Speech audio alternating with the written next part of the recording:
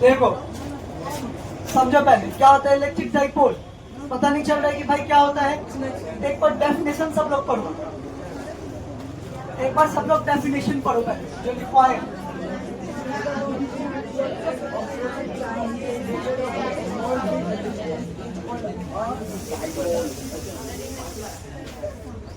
हमारा कुछ नहीं समझ में आया तुम क्या पढ़ रहे हैं, अच्छे से पढ़ो रिदम में।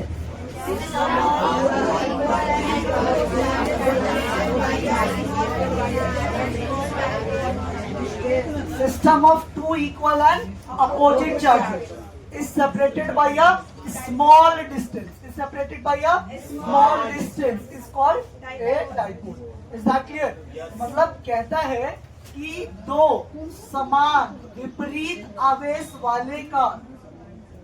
वाले का बीच का दूरी क्या होना चाहिए? कम होना चाहिए, स्मॉल होना चाहिए। वो सिस्टम ही तुम्हारा क्या कहलाता है?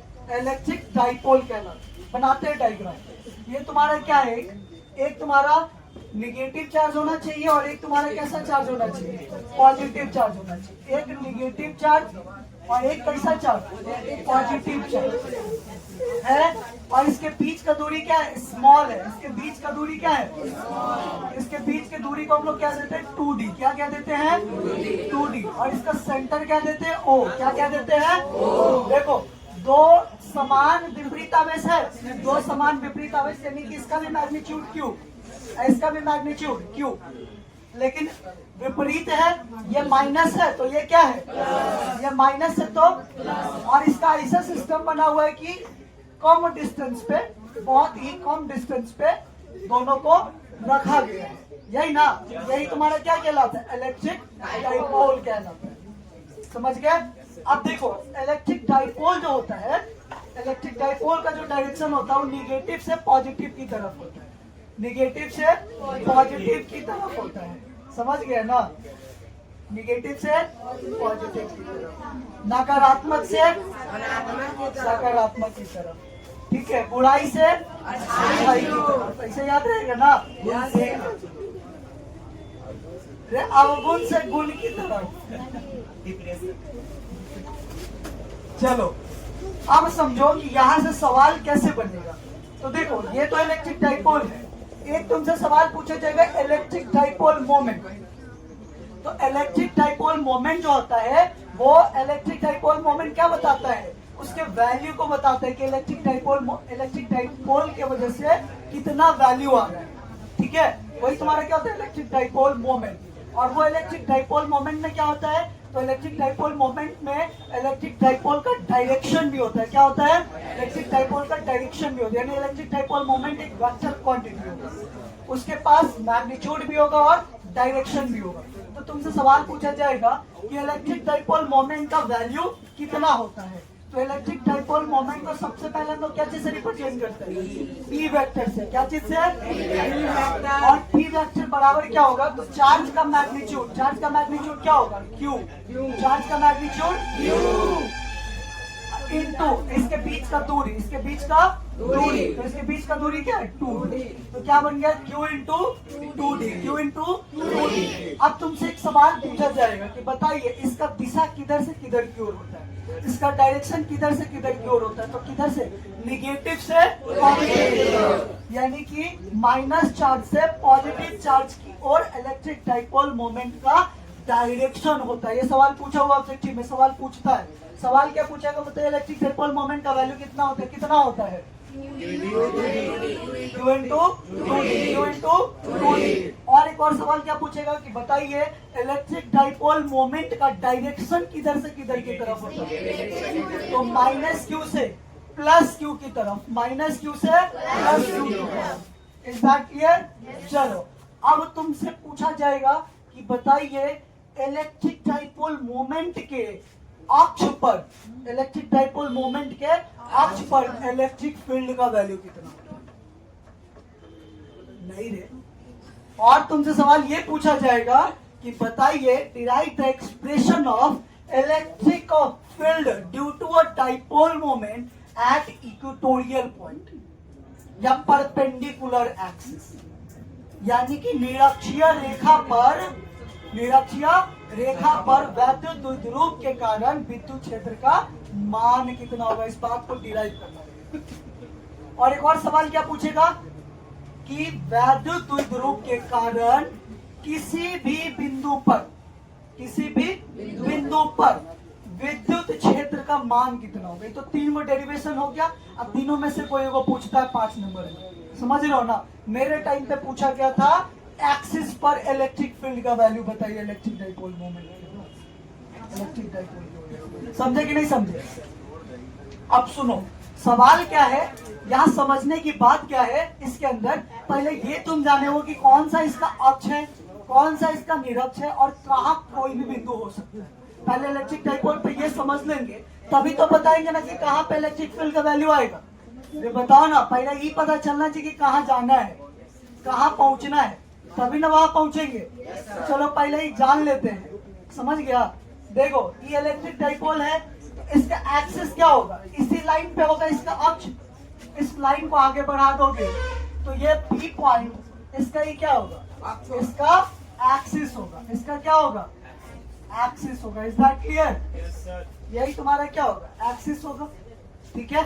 ये इसी लाइन में, अरे बोलो। अब परपेंडिकुलर लाइन या परपेंडिकुलर पॉइंट या इक्वेटोरियल पॉइंट या परपेंडिकुलर एक्सिस, कुछ भी बोल के पूछ सकता है। या ये क्या पूछेगा, हिंदी में क्या पूछेगा, अक्ष। क्या पूछेगा, अक्ष। क्या पूछेगा, अक्ष या अक्षीय रेखा। क्या पूछेगा, अक्ष या अक्षीय रेखा। अब तुमको जानना है इलेक्ट्रिक डाइपोल के अंदर, यहाँ फोकस करो, इलेक्ट्रिक डाइपोल के अंदर निरक्षीय रेखा कौन होता है, या इक्वेटोरियल लाइन कौन होता है, या परपेंडिकुलर लाइन कौन होता है। तो कौन होगा, एकदम इसके सेंटर कौन है, वो है। इसके सेंटर से एक परपेंडिकुलर ड्रॉप डाल दो, डाल दिए। यहाँ किसी भी बिंदु पर, यहाँ किसी भी बिंदु पर ये क्या होगा, इक्वेटोरियल लाइन होगा। कौन सा लाइन होगा, इक्वेटोरियल लाइन। समझे कि नहीं समझे। इक्वेटोरियल लाइन बोलो या इक्वेटोरियल एक्सिस बोलो या इक्वेटोरियल पॉइंट बोलो या परपेंडिकुलर एक्सिस बोलो, ये परपेंडिकुलर एक्सिस भी होगा। ये क्या होगा, परपेंडिकुलर एक्सिस, परपेंडिकुलर एक्सिस। समझे कि नहीं समझे, या परपेंडिकुलर पॉइंट। समझ में आया। तो इस बिंदु पे भी हम लोग क्या निकालेंगे, इलेक्ट्रिक फील्ड का वैल्यू निकालेंगे। किसके वजह से, इलेक्ट्रिक डाइपोल मोमेंट की वजह से। अरे बोलो भाई,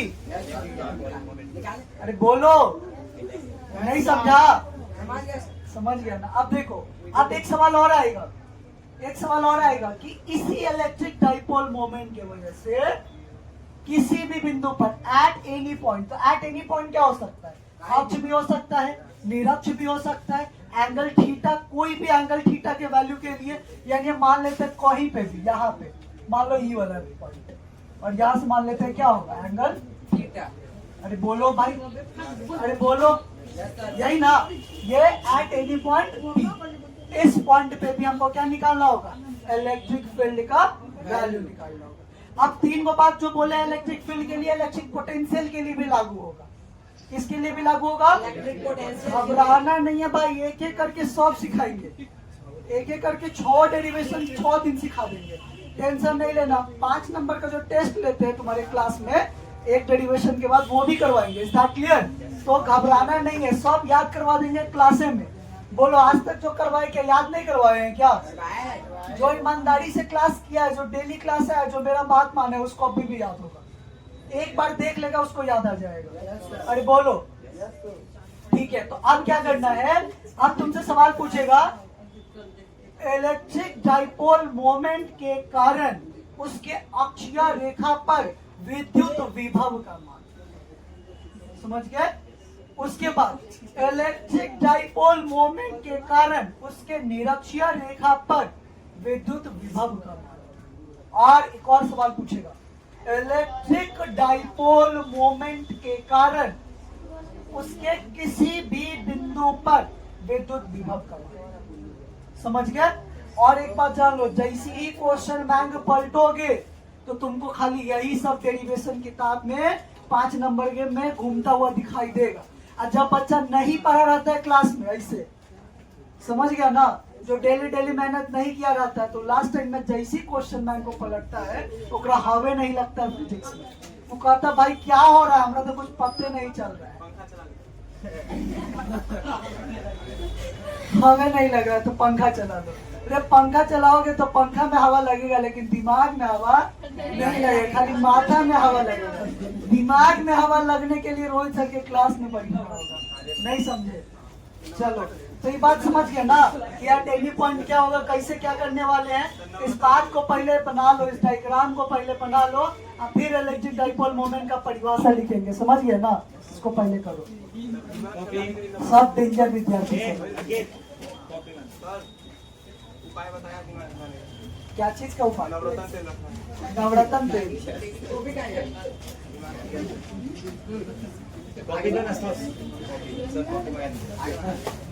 तुम खाए लेते ही आए तो कॉफी समझ नहीं आ रहा क्या लिखा है। कॉफी ए बबलू भाई लिखा क्या है कॉपी में, उसको देखिए सर। ये जानता है नहीं है, ये ऐसा वीडियोस में 2 दिन हम कंसीडर किए हैं तो ऐसे चलते हैं। हमको लगा हम कब से लगड़ाने लगे।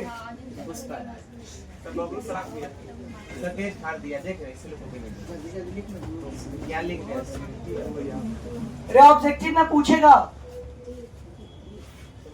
क्या पता है, यहाँ पे ना डी का वैल्यू LOL x रख के पूछ लेगा, वो भी बता देंगे कि क्या क्या फॉर्म में हो सकता है। फॉर्मूला सिमिलर ना दे, उस इसके बीच का दूरी कुछ और रखेगा तो वही उसका दूरी से गुना होगा, समझ गए ना? अब ये वो सवाल करेंगे ना तो समझ में आ जाएगा।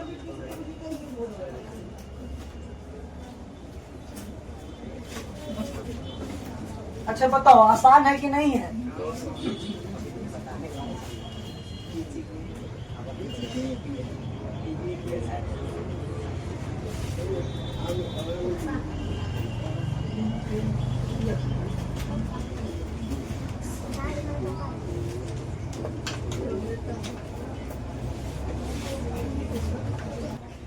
आपके पिताजी को तो नहीं दिखाएंगे, आप तो पिताजी का डर नहीं मानते, आपके माताजी को दिखाएंगे।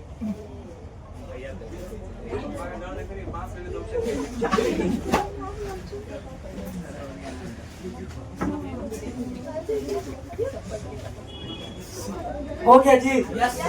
चलो एक क्वेश्चन देखो तो यहाँ पे। अच्छा पहले थोड़ा ऐसा यूनिट और डायमेंशन समझ लो।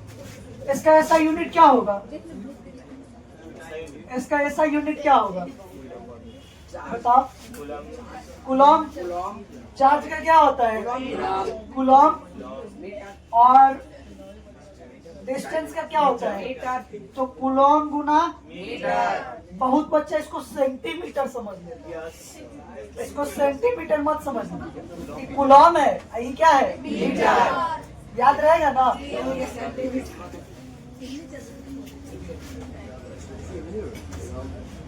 याद रखना नहीं होगा। चलो एक और बात ध्यान दो, इसका डायमेंशन।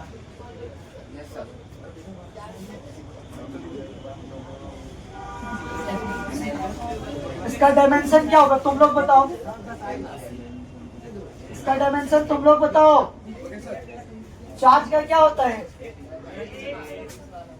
80। क्या होगा मीटर का? L।